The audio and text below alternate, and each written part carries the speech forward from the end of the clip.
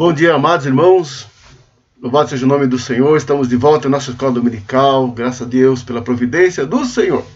Bom, antes de tudo, vamos tirar a nossa máscara, né, e aproveitar para reforçar aos irmãos a importância do uso da máscara. Viu, irmão? Todo lugar que você for, saiu em casa, também, em muitas situações, tem que usar a máscara. Cuidar uns dos outros é muito importante nesses dias. Não se esqueça, amado. E também gostaria de reforçar o uso do álcool gel. Então, tome cuidado, né? Limpe suas mãos, use o álcool. Quando não tiver, lave bem as mãos, todo lugar. Ou seja, vamos nos cuidar nesses dias, cuidar uns dos outros aí, até passar essa quarentena, até chegar a vacina e resolver todas essas questões. Estamos de volta aí com saúde. Enquanto isso, vamos preservar. Cuidado também com o distanciamento. Guardem sempre a distância uns com os outros, tá bom?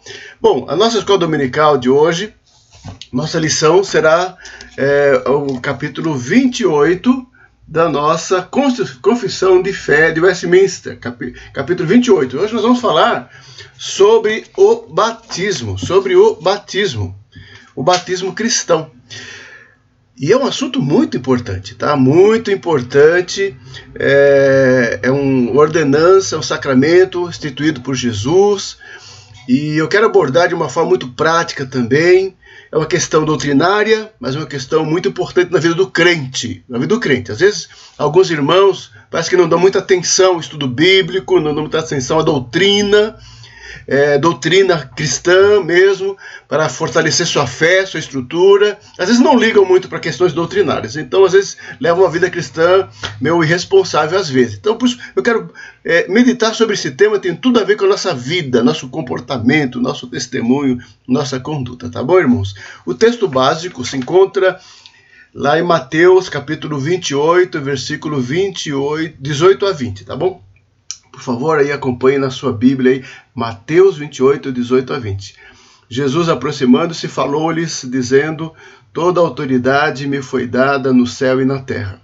Ide, portanto, fazei discípulos de todas as nações, batizando-os em nome do Pai, e do Filho e do Espírito Santo, ensinando-os a guardar todas as coisas que vos tenho ordenado. E eis que estou convosco todos os dias até a consumação do século. Assim disse o Senhor, né? A ordem aos discípulos ir por todo o mundo, pregar o Evangelho e batizar os conversos, discipulando, ensinando a obedecer ao Senhor. Foi a ordem da igreja. A igreja caminha assim. A igreja caminhou sempre assim, pregando o Evangelho, testemunhando a fé, levando os convertidos à sua decisão por Cristo, discipulando e batizando, até, como diz o texto, até ele voltar. É isso que a igreja tem que fazer. É a preocupação maior da igreja. A preocupação maior da igreja sempre é a pregação da palavra, converter, batizar, discipular, ensinar o povo a servir ao Senhor até Jesus voltar. Isso é mais importante que tantas coisas que as pessoas ficam esperando que a igreja faça. Na verdade, a igreja tem que pregar a palavra do Senhor e testemunhar. E batizar os conversos. Então vamos trabalhar sobre isso essa manhã. Que Deus nos ajude e Deus nos abençoe. Querido Deus e Pai Celestial, abençoe nossa igreja, abençoe nossa escola dominical, os alunos da nossa classe de adultos, ó Pai, cuida de cada um dos irmãos. Sentimos a falta da igreja, de estarmos juntos na casa do Senhor, estudando a palavra, todos os domingos, ó Pai. Que o Senhor nos abençoe a passar por essa tempestade com perseverança e com fidelidade, continuando firmes na igreja, continuamos firmes na fé, ó Deus, no Evangelho do Senhor. Ó Pai amado, tenha misericórdia, Senhor, abençoa o povo do Senhor, as famílias da nossa amada igreja, seja com a nossa superintendência, seja com as demais classes, ó Deus, e dá-nos um domingo abençoado em Tua presença, em nome de Jesus, amém. Ok, irmãos, eu gostaria de fazer algumas perguntas inicialmente, tá? Quero que você pense nisso um pouquinho, tá? Primeiro, meu irmão, você se lembra do dia do seu batismo? Do dia do seu batismo? Ou quem foi o pastor que ministrou o seu batismo? Você lembra? Sempre está relacionado com isso. Você se lembra do dia da sua profissão de fé? Alguns irmãos foram batizados e fizeram juntos a profissão de fé. Outros irmãos foram batizados na infância, lá quando os pais apresentaram na igreja. E eu tive o privilégio de batizar tantas pessoas nesse ministério que Deus nos deu já de 30 anos na quarta igreja. 30 anos, vou completar agora 2 de janeiro, 30 anos. Que privilégio que Deus me deu mesmo, de casar tantas pessoas, de ver os filhos nascerem, batizar os filhos e fazer a profissão de fé de muitos, e já casando alguns que eu batizei na infância. Eu tive esse privilégio que Deus me deu. Você se lembra do dia da sua profissão de fé, desse momento tão marcante na sua história? Isso é importante para o crente, né? A gente dá valor a tantas coisas nessa vida sem importância nenhuma, né? Algumas comemorações, algumas datas aí totalmente sociais do mundo mesmo, né? Coisa que vai marcar a tua história, como o seu nascimento, como o seu casamento, como o nascimento dos seus filhos, foi o seu batismo lá, sua profissão de fé. Você guarda isso no seu coração. É isso que eu quero refletir nesta manhã com muita propriedade. Que Deus nos ajude a pensar nisso, amado. Eu lembro com muito carinho mesmo, com muita saudade da minha experiência. Eu vou só compartilhar, muitos irmãos já conhecem isso, eu vou compartilhar algumas coisas. Essa aqui é a Igreja Presbiteriana de Vila Buenos Aires, lá na zona leste de São Paulo. Foi lá que eu me converti, em 1979. O Douglas, nosso presbítero Douglas, meu amigo, né? Nós servimos junto no exército, e ele me convidou um dia para uma programação especial na igreja, um grupo cristão, os Vencedores por Cristo, muito famoso, foram visitar aquela igreja. E ele me convidou para essa programação especial. E eu fui. Ai, Deus tocou no meu coração. Marcou, lá por volta, meados de agosto de 1979, estávamos servindo o exército. E ali nessa igreja, eu entreguei aos pés do Senhor Jesus Cristo. Um dia inesquecível. Não tenho como esquecer esse dia. O dia que eu pisei na igreja e ouvi o evangelho, foi o dia da minha conversão. E nesse mesmo ano, 79... que tantas coisas aconteceram no mundo. Saddam Hussein assumiu o Iraque, o Khomeini assumiu lá o Irã, Margaret Thatcher se tornou a primeira ministra do Reino Unido, a primeira mulher na Inglaterra assumiu o Reino Unido, no ano de muitas coisas, né?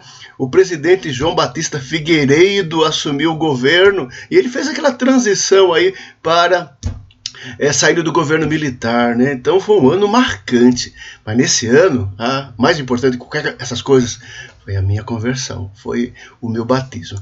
E aqui algumas informações que eu guardo no meu coração. O local foi essa igreja, Vila Buenos Aires, no dia 31 de dezembro de 79. Não tem como esquecer a virada do ano, culto da virada do ano. E foi a ocasião do meu batismo. E o meu querido pastor, reverendo Carlos Birzeneck, já está na presença do Senhor, um homem idoso na ocasião, muito amoroso, pastor amoroso, foi o ministro do Senhor. Eu não tenho como esquecer, porque a minha conversão depois foi sinalizada, evidenciada no ato do meu batismo, onde eu também fiz a minha profissão de fé ao meu Jesus, que eu sirvo até hoje com todo o meu coração. Então não tenho como esquecer essas datas, né?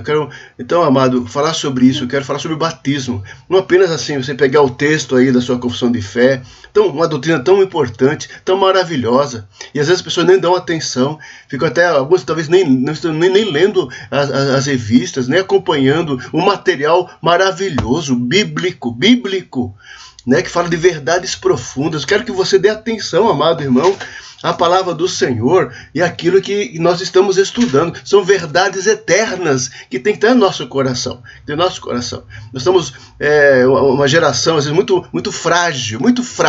Queremos apenas aquelas mensagens gostosas, que trazem alento ao coração. Olha, amados, precisamos de doutrina firme, palavra do Senhor profunda, alimento, carne. Vimos uma geração que está querendo só leitinho. Só água com açúcar, é isso que nós somos? Não, é justamente nessa hora que nós estamos passando de crise, de dificuldade, no poder da igreja, privados, sem Santa Ceia, que prova a nossa firmeza, a nossa fé, a nossa convicção. A nossa convicção no Senhor Jesus Cristo. Amado, como é bom refletir a palavra do Senhor. Vamos então ao estudo de hoje, vamos falar sobre o batismo, né? O batismo então é um sacramento, é uma ordenança do Novo Testamento. Já foi falado na aula anterior sobre os sacramentos, tem relação com as ordenanças do Antigo Testamento, circuncisão, por exemplo. Então, o batismo é um sacramento do Novo Testamento, instituído por Jesus, e é o meio visível e formal, porque é a importância do batismo. Ele é o meio visível e formal pelo qual se dá a nossa filiação à igreja, à comunidade da fé. Ou seja, é a forma como Jesus estabeleceu para que fique visivelmente estabelecido uma norma, uma forma, né, da entrada dos crentes à igreja, à comunidade da fé. Ou seja, não é apenas uma experiência interior, a salvação e o batismo veio para evidenciar, testificar, testemunhar aquilo que o Espírito Santo fez no coração do crente. Por isso a importância do batismo. E então ele é administrado àqueles que pertencem ao povo de Deus, sejam crianças ou adultos, e simboliza e sela, é um símbolo e um selo da obra do Espírito Santo, da ação regeneradora do Espírito Santo na vida do crente. Isso é o batismo, tá? É para confirmar, para evidenciar a obra do Senhor pelo Espírito Santo no nosso coração. Que bênção, que bênção. Nós somos salvos pela graça, pelo poder, pelo novo nascimento produzido pelo Senhor. E o batismo vem de evidenciar, publicar, testificar aos homens e aos céus que nós somos do Senhor. Que bênção. Com que propósito Jesus instituiu o batismo? Vamos lá, trabalhar nossa estrutura, né, da nossa confissão de fé, que você tem em mãos aí, por favor, leia mesmo todo o texto da confissão de fé. Com que propósito Jesus instituiu o batismo? Para admitir o crente na igreja. Isso é básico. Para admitir o crente. Como é que o crente é admitido na igreja? O convertido pelo batismo. Jesus falou, Mateus 28. Batizando em nome do Pai, para servir de sinal e selo do pacto da graça, ou seja, que nós não pertencemos ao povo da aliança, ao povo de Deus, o povo eterno do Senhor, a semente santa. O batismo vem selar, significar isso, tá? E para representar a união do crente com Cristo, tá? O batismo não une a gente com Cristo, apenas representa o que espiritualmente acontece quando nós somos convertidos, unidos a Jesus. E para simbolizar, lembra essas expressões? Simbolizar, selar, representar a obra efetuada, o novo nascimento feito pelo Espírito Santo. Nós não somos regenerados no batismo. Não, ninguém é regenerado no batismo. Ninguém é lavado no batismo. O batismo apenas simboliza o lavar interior pelo Espírito Santo. Então não é a água que lava ninguém, não é a água que regenera ninguém, nada. Não tem nada de místico na água. Ela apenas representa a obra do Espírito Santo. Como é importante isso, os crentes confundem muito. Os crentes, meu Deus do céu, o que as igrejas fazem por aí afora é brincadeira, é brincadeira.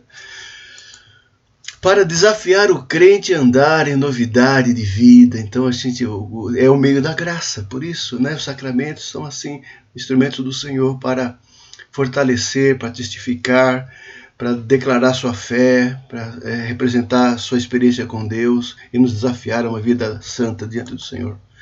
Vamos lá, vamos destrinchar isso com alguns versículos.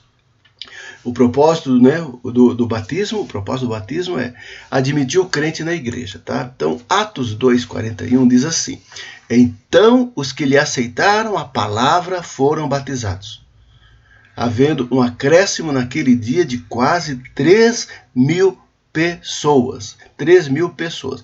Então, olha que multidão que aceitou a pregação de Pedro e se converteu. O texto é importante. Aceitaram a palavra. Se converteram mesmo. Se converteram de verdade. De verdade.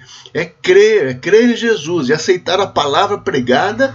Né? A fé, Romanos fala, a fé vem pelo ouvir, e ouvir a palavra da pregação, ouvir a palavra, creram, se converteram e foram batizados. 3.000 em Jerusalém, não tinha rio, lembre, não há rios em Jerusalém, e foram batizados aquele dia. O importante, a forma do batismo também, você começar a entender aí a questão da aspersão, né? Por que nós fazemos a aspersão, né? Em Jerusalém não tinha rio, então, mas foram batizados 3.000 pessoas, tá bom? Admitiu o crente na igreja, ou seja, converteu, batizou.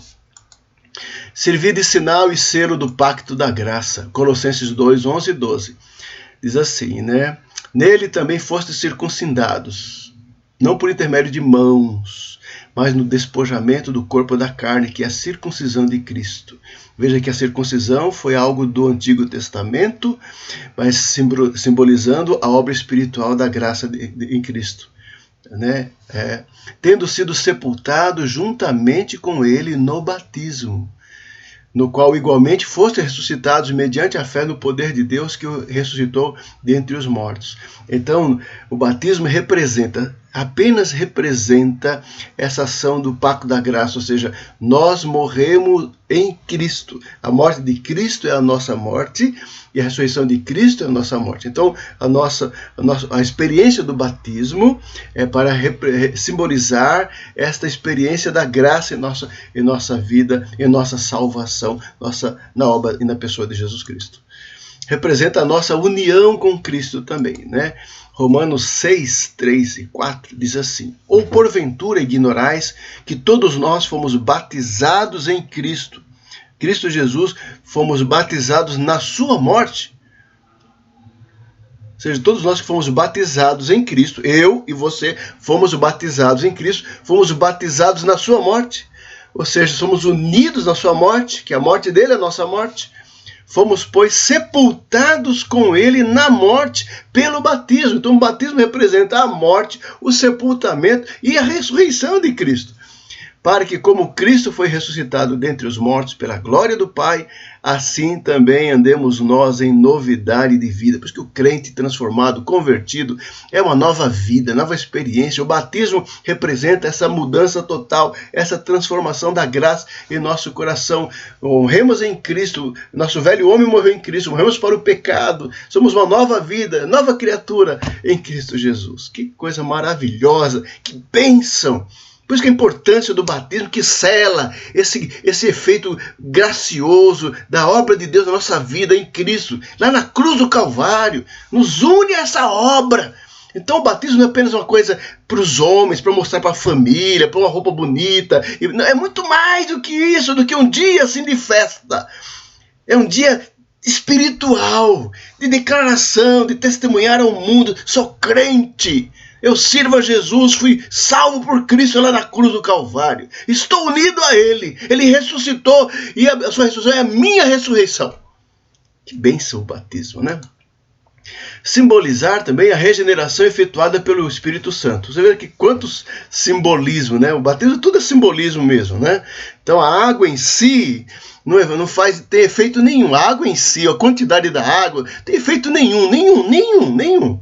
Apenas representa a obra maravilhosa, tremenda, do poder de Deus em nossa vida, da ação do Espírito Santo, que nos regenerou, nos fez nova criatura. Apenas símbolo disso, tá, gente? Tiago 3, 4 a 7 diz: quando, porém, se manifestou a benignidade de Deus, nosso Salvador, e o seu amor para com todos, não por obras de justiça praticadas por nós, mas segundo a sua misericórdia, Ele nos salvou mediante o lavar regenerador e renovador do Espírito Santo.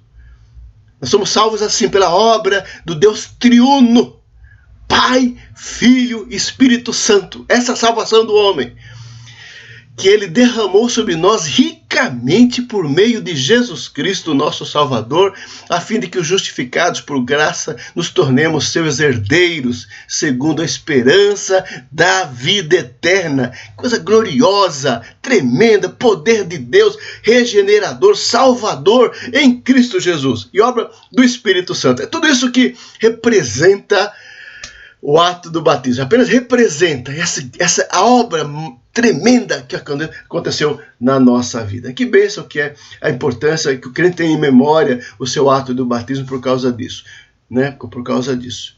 Por aquilo que ele representa, pela obra de Deus em nossa vida, única, tremenda, maravilhosa, maravilhosa.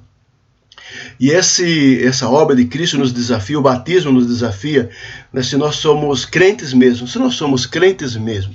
Crentes, você tem convicção disso? Você é crente mesmo, convertido em Jesus? De verdade, você o ama de todo o coração? Você se importa em fazer sua vontade, em ser um discípulo de Jesus, andar aos pés de Jesus? Porque só o crente mesmo que deseja isso, uma vida santa, uma vida correta diante do Senhor, andar em novidade de vida, novidade de vida. Eu fui batizado, fiz minha profissão de fé e falei com muita consciência e convicção naqueles dias o que eu cria de verdade, que mudou a minha vida para sempre, né? É assim a convicção do crente quando se batiza, quando faz a profissão de fé, revelar sua convicção, seus atos diante do Senhor. Muitos irmãos hoje não têm feito isso. Muitos têm passado, muitos têm sido batizados, feito profissão de fé, sem nenhum compromisso de uma vida nova com Deus. Eu não sei, nem sei porquê, né? Enganando a si mesmo, enganando a família, enganando os pastores, enganando os presbíteros lá, né? Dizendo-se crentes, fazendo-se crentes, sem ser e nem falar a verdade, abrir o coração, porque o crente de verdade é crente para sempre. E o seu ser, sua profissão de fé é séria. O seu batismo é sério. Ele leva a sério isso, porque representa o seu testemunho, quem ele é, diante dos céus, diante de Deus e diante dos homens, ser crente.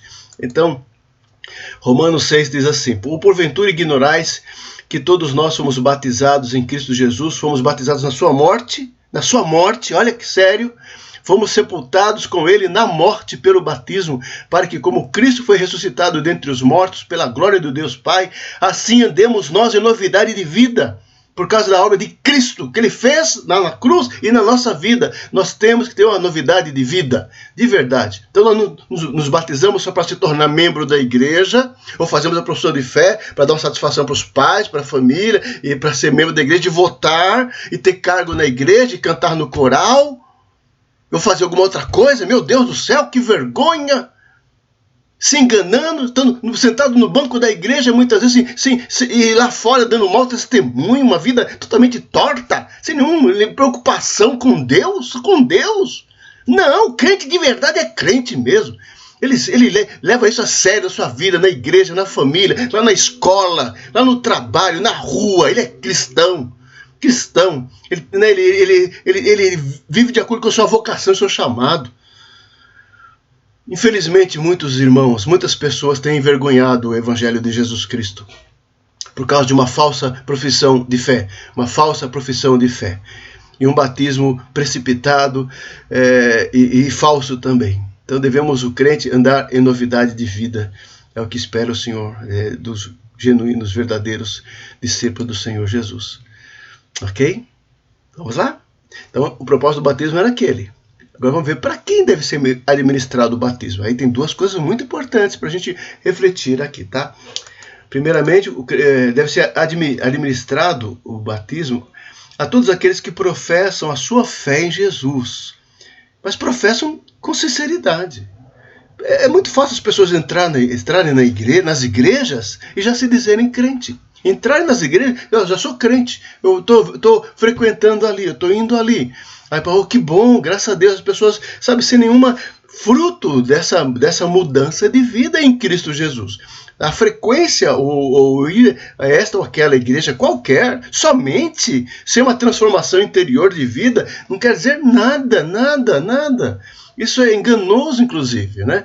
Então o batismo tem que ser administrado a pessoas que professam a fé em Cristo e sua obediência a Ele. Professor crente, eu encontrei Jesus e vou viver para Jesus.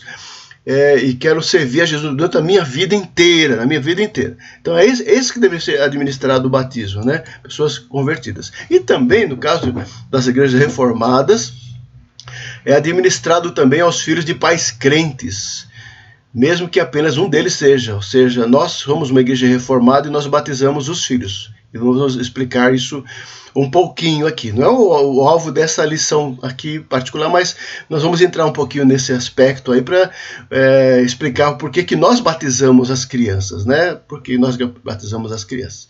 Então deve ser administrado a todos os que professam a sua fé em Cristo e sua obediência a Ele. Então, em princípio, o batismo tem que ser só para o batismo e profissão de fé para quem realmente dê provas de sua regeneração, sua conversão.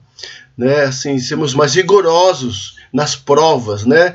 Porque as pessoas vão perante o conselho da igreja e falam, eu quero ser batizado, eu quero fazer uma profissão de fé. Não é apenas porque tem uma idade tal que atingiu, e acontece muitas vezes, infelizmente, porque atingiu certa idade, né, de adolescência, então já há uma certa questão familiar, então não, você tem que fazer a profissão de fé, tem que ir lá, aí é como se fosse uma tradição, apenas, tradição, né? Tá lá, tá dentro da igreja, e às vezes sem ter convicção, é terrível isso, é muito difícil isso. Então é importante que seja o adolescente, seja o jovem, seja a pessoa que chega na igreja, tem que ter uma experiência com o Senhor Jesus Cristo. Né? É o que aconteceu lá com Lídia. Atos 16, 14 e 15 diz assim: certa mulher chamada Lídia, da cidade de Tiatira, vendedora de púrpura, temente a Deus, nos escutava. O Senhor lhe abriu o coração para atender às coisas que Paulo dizia. Paulo estava passando e pregou a palavra, estava pregando. E aquela mulher, trazida pela graça, ouviu a pregação, seu coração tocado pela graça de Deus, recebeu a palavra vindo do Senhor, e aquilo mudou a sua vida, transformou seu coração, promoveu o arrependimento, ela creu na mensagem, ela se converteu de verdade.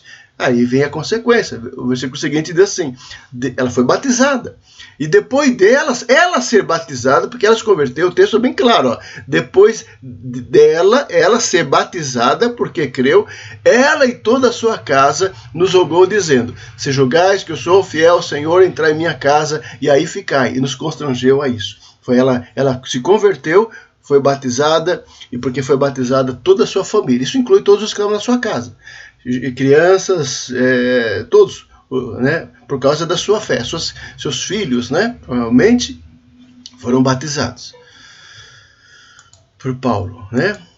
O outro exemplo está em Atos 16 também, é o carcereiro de Filipos, carcereiro da cidade de Filipos. Depois, trazendo-os para fora, disse, senhores, que devo fazer para que seja salvo? Responderam-lhe, crê no Senhor Jesus e serás salvo tu e tua casa. Porque essa é a resposta.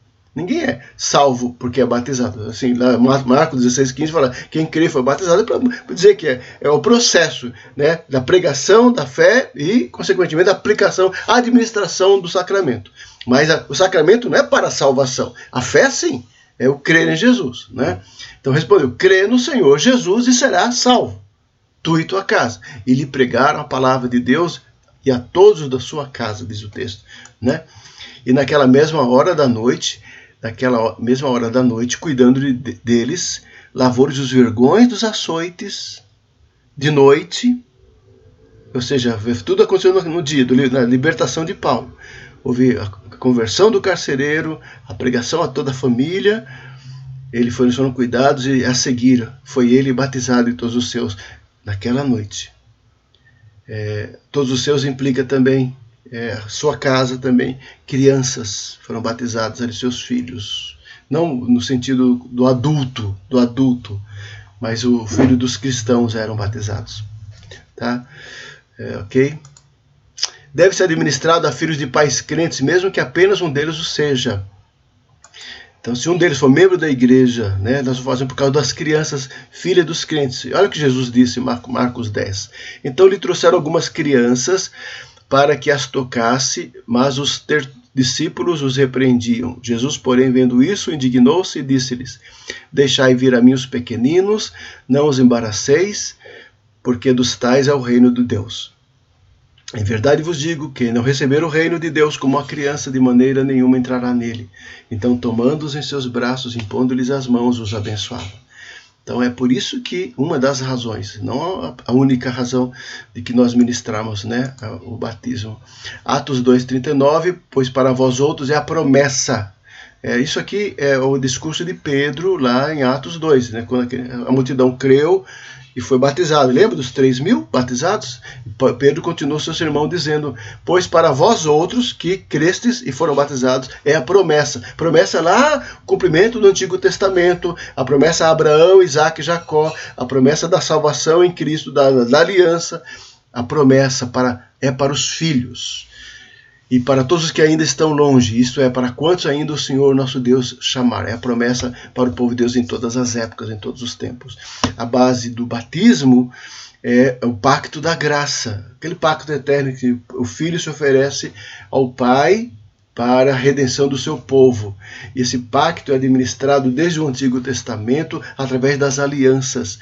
É por isso que lá na aliança de Deus com Abraão, ele ordenou que os filhos fossem circuncidados como sinal daquela aliança. Ou seja, a aliança de Deus, a promessa de Deus a Abraão, a promessa da graça a Abraão e a sua descendência, ela foi confirmada, sinalizada, selada com a circuncisão das crianças a partir dos 8 dias de vida. Era sinal do pacto, sinal do povo da aliança, sinal da graça. Isso lá no Antigo Testamento. Todos os filhos dos israelitas, debaixo da palavra do Senhor, debaixo da aliança de Deus, debaixo da promessa de Deus, eram sinalizados, pertenciam ao povo de Deus. Por isso que eram circuncidadas. E assim os filhos dos crentes. Né? Porque pertencem ao povo do Senhor. A fé do Pai, a confiança do Pai, a firmeza do Pai na promessa. E as bênçãos da promessa são assim transmitidas para os filhos. É por isso que nós batizamos as crianças. Não é porque somos diferentes ou queremos ser diferentes dos povos. É doutrina, teologia. Teologia da Bíblia toda. De toda a palavra do Senhor. É a teologia da aliança. Nós aceitamos a Bíblia toda. Ou seja, nós separamos o antigo do novo. O antigo e o novo se complementam, se cumprem perfeitamente. Então, as nossas práticas, nossos atos são bíblicos, não são apenas criados pelos homens, pela igreja protestante, igreja presbiteriana, igreja reformada, não, para ser diferente, não. É entendimento exegético profundo da palavra do Senhor, bíblico, teologia bíblica, teologia da aliança. Olha o que diz Paulo na sua carta aos Coríntios, capítulo 7, versículo 14. Porque o marido incrédulo é santificado no convívio da esposa. E a esposa incrédula é santificada no convívio do marido crente. De outra sorte, os vossos filhos seriam impuros, porém agora são santos. O que quer dizer? Paulo escreve na igreja em Corinto sobre casamento. Os crentes eram novos convertidos. Aquela igreja eram novos convertidos, vindo do paganismo, do mundo greco-romano.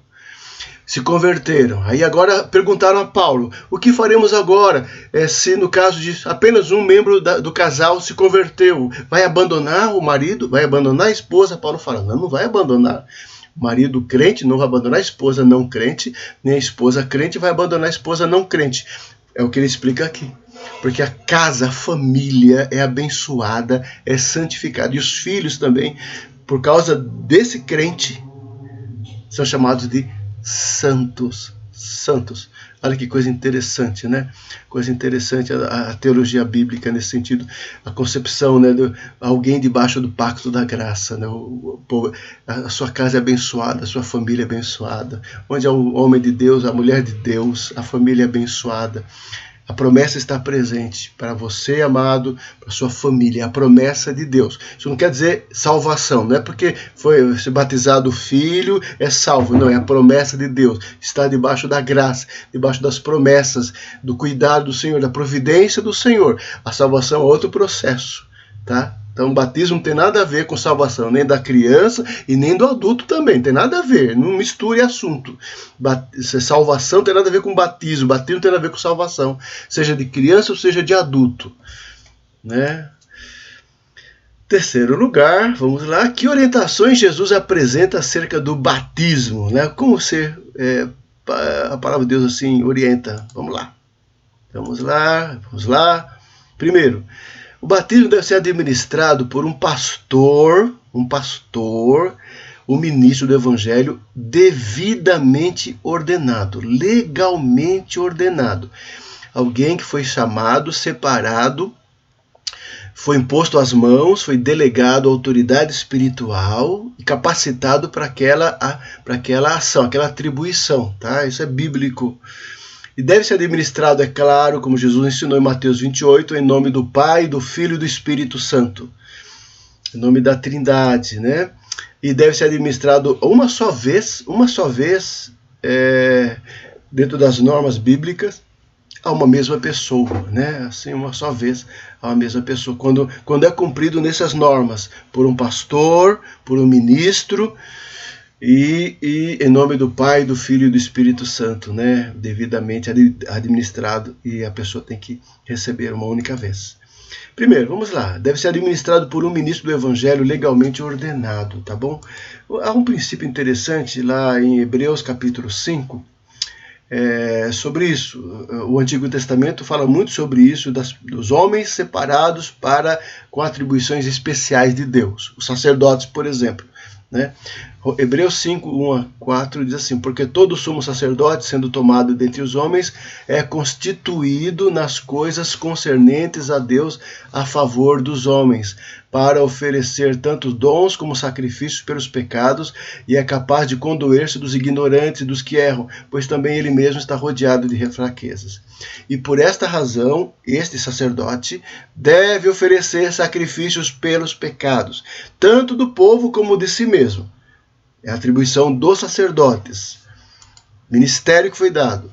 Mas a exortação importante vem no versículo seguinte: ninguém, pois, toma esta honra para si mesmo, senão quando chamado por Deus, como aconteceu com Arão. Não é qualquer israelita que podia oferecer sacrifícios nem interceder pelo povo. Tinha que ser da tribo de Levi, tinha que ser da linhagem sacerdotal de Arão. Ninguém podia tomar esse lugar. O rei Saul, ele cometeu um grave pecado quando ele foi para uma batalha e ficou esperando o profeta Samuel chegar, e sacerdote Samuel chegar, e ele não aguardou Samuel chegar, com pressa, e na pressão do povo, ele ofereceu sacrifício. Ele era rei, mas ele não podia fazer isso. E o profeta Samuel chegou, depois que ele fez cometeu o grave pecado, e o exortou, dizendo que Deus não se alegrava de sacrifício daquela forma, feito de uma forma irresponsável, indevida, inadequada. E por causa daquilo ele perdeu o reino, ele perdeu o seu reino.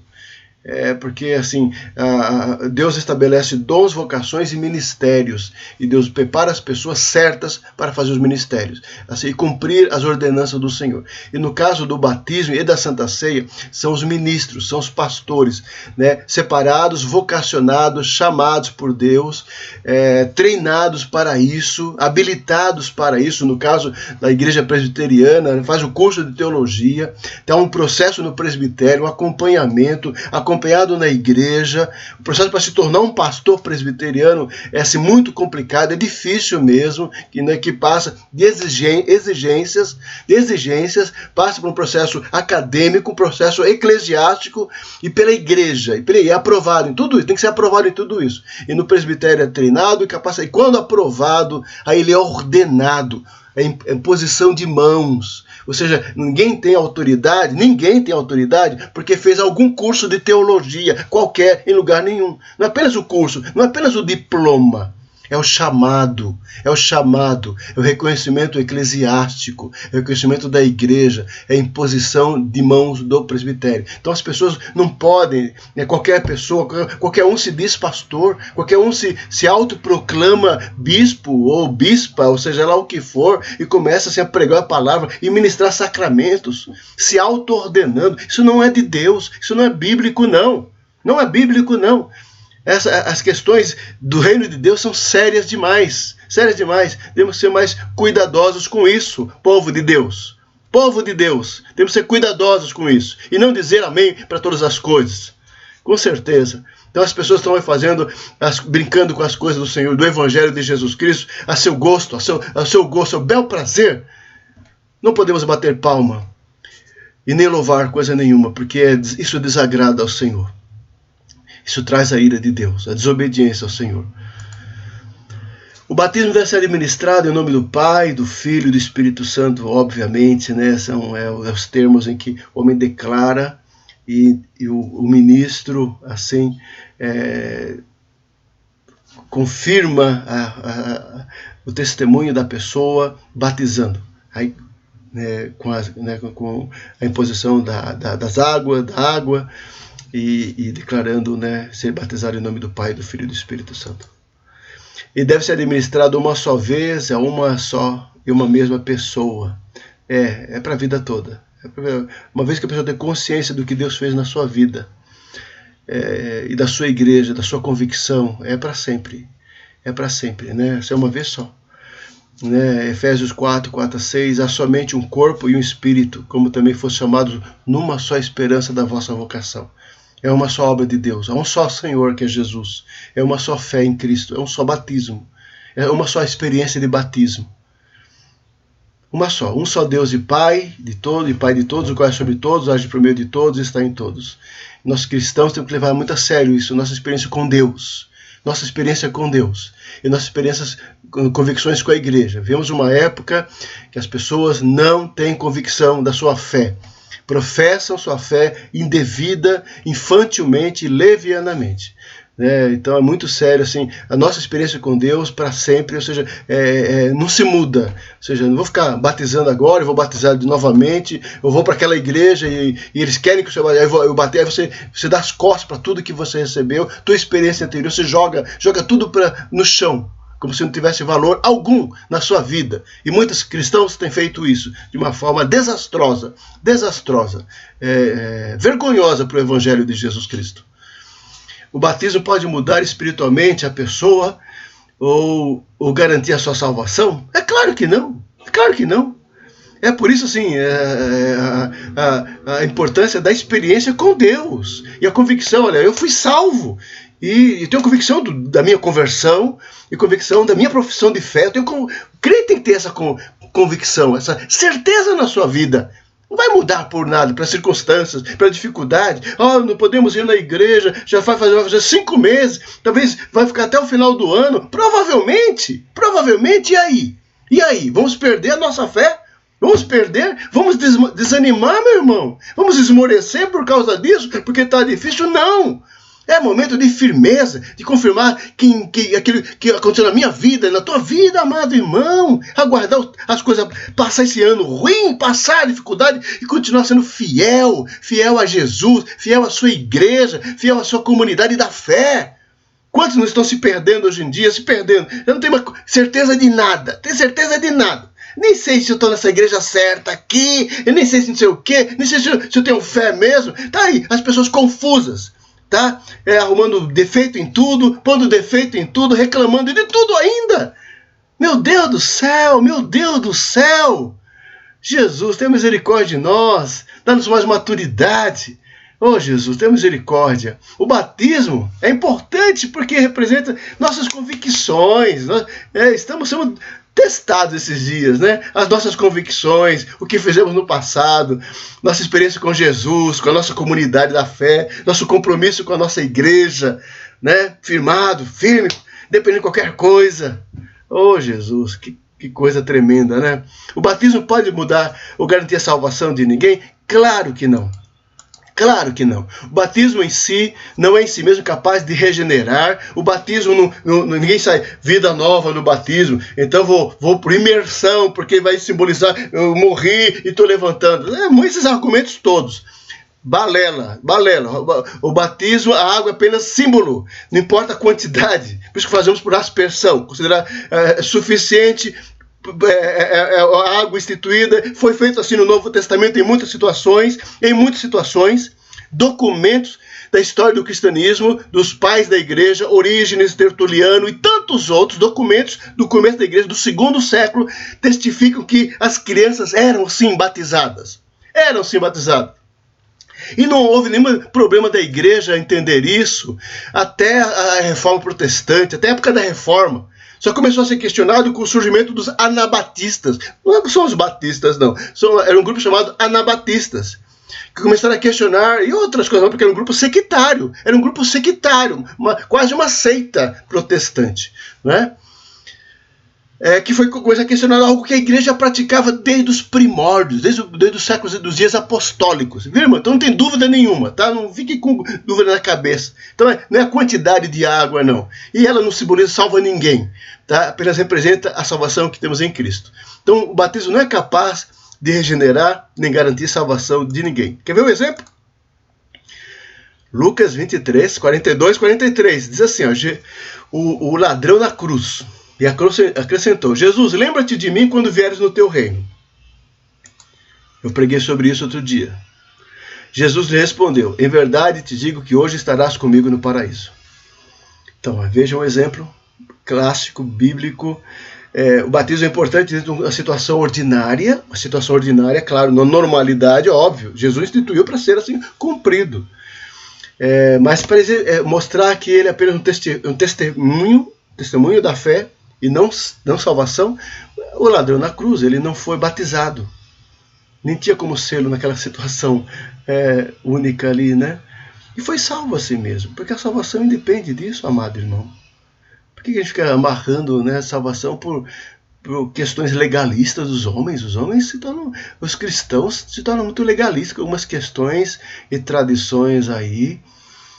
Perdem o foco da palavra das Escrituras Sagradas. Então tem que estudar com mais profundidade as coisas, as nossas práticas, as nossas concepções, o que é uma igreja sadia, o que é uma igreja sadia. Não o que a gente sente, que a gente gosta, que a gente gostaria. O que é uma igreja sadia aos olhos de Deus. Começa a ler as Escrituras Sagradas. Nós fechamos a Bíblia e ficamos ouvindo as coisas.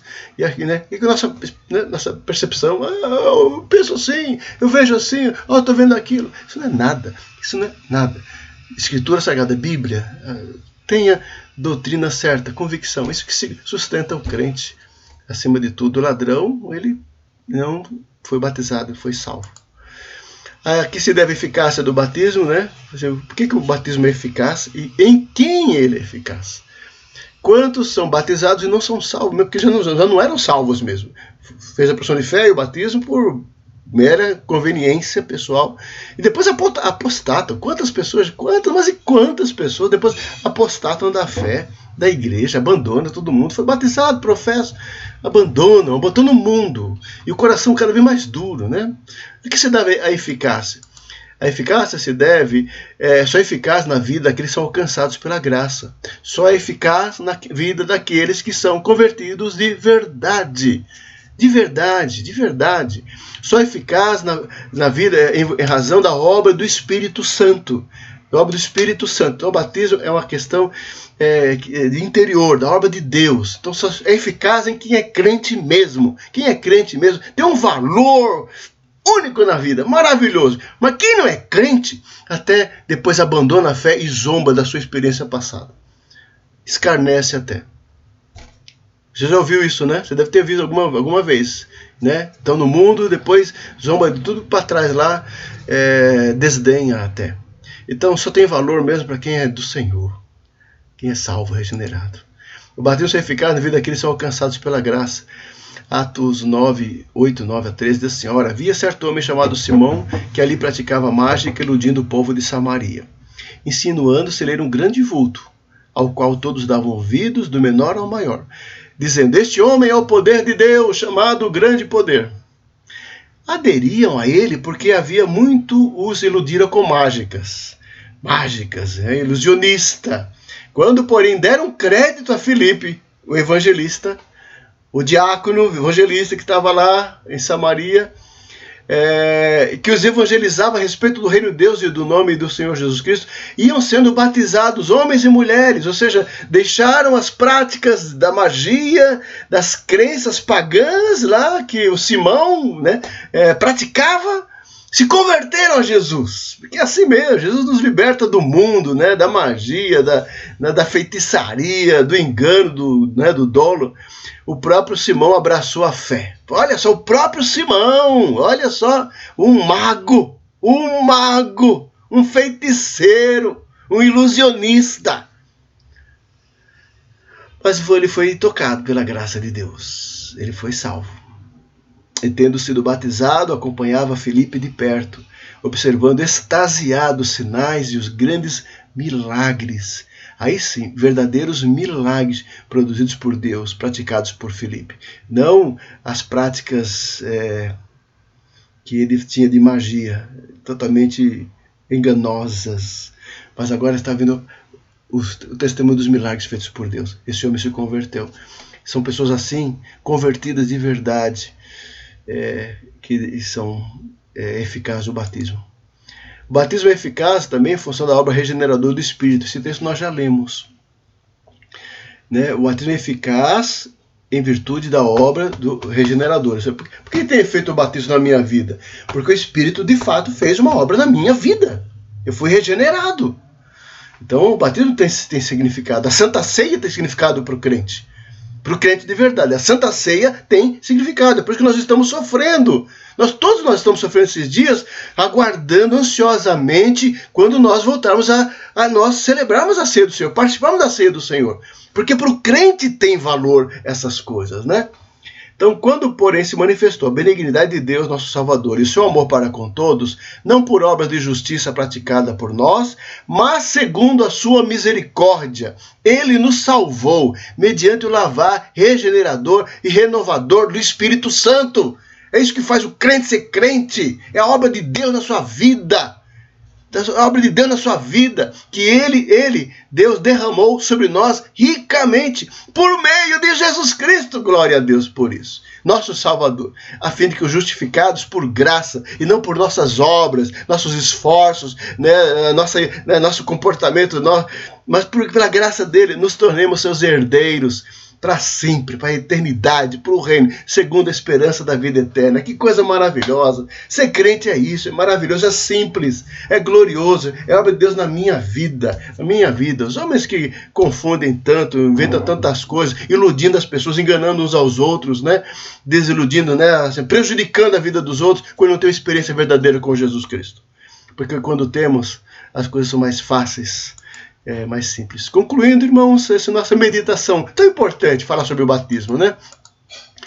Vimos o propósito do batismo, a administração do batismo, as orientações acerca do batismo que para o ministro, né, e como deve ser feito, e o batismo é a garantia e acerca da garantia da salvação, que não é, o batismo apenas se testifica, e a eficácia do batismo nos crentes verdadeiros, tá bom, gente? Que esses pontos assim ressalte assim a sua experiência com Deus. Eu fui batizado em 1979, 40 anos já, marcou a minha vida. Não o batismo, mas o que ele representou. O Jesus mudou a minha vida. Que assim você tenha com muito carinho a sua experiência de batismo, amado irmão, sua profissão de fé. Lembra disso. Lembra quem você é. Lembra o que Jesus fez na sua vida. Lembra disso. Lembra da obra do Senhor na sua vida, amado. Tenha misericórdia. Guarda isso no seu coração. Seja um bom crente. Ande de acordo com a sua fé, amado. Você anda esfriando por algum motivo, anda desanimando por algum motivo. Volta ao Senhor. Volta à base. Volta aos seus fundamentos, amado irmão. Que Deus assim nos abençoe. Amém? Então, essas 3 perguntas aqui eu vou deixar para você pensar hoje. Ó. Você se lembra do dia do seu batismo? Você lembra quem foi o pastor que ministrou? Olha, muitos que estão assistindo aí, fui eu que fiz. Olha, manda mensagem para mim hoje. Vamos lá, se você consegue, né, lembrar. Lembra do dia? Eu não lembro o dia que batizei você, mas da sua profissão de fé. Se você lembra, olha, me procure. Manda mensagem para mim hoje, vamos celebrar junto, tá bom? Você se lembra do dia da sua profissão de fé? Ótimo! Aqui é o desafio aí para você, amado, e dê glória a Deus por isso aí. E vamos em frente até Jesus voltar. Que Deus te abençoe, amado, ricamente nesse dia. Tenha um dia abençoado na presença do Senhor. Fica firme, cuide da sua casa, use a máscara, use o álcool gel, lave a mão, guarde a distância e celebremos ao Senhor. Hoje ainda teremos, logo mais, à noite, a meditação, a palavra do Senhor às 18 horas. esteja com o coração preparado para louvar e bendizer o Senhor e meditar, né, na sua casa, com sua família, né? Abra o seu inário, a sua família, faça o seu devocional, ouça a palavra e depois, na sequência, temos o culto também com o reverendo Wellington, abençoador também, que você participe também, vai ser uma bênção na tua vida. Tenha uma semana assim gloriosa na presença do Senhor. Que fique com Deus, amado. Deus abençoe sua casa.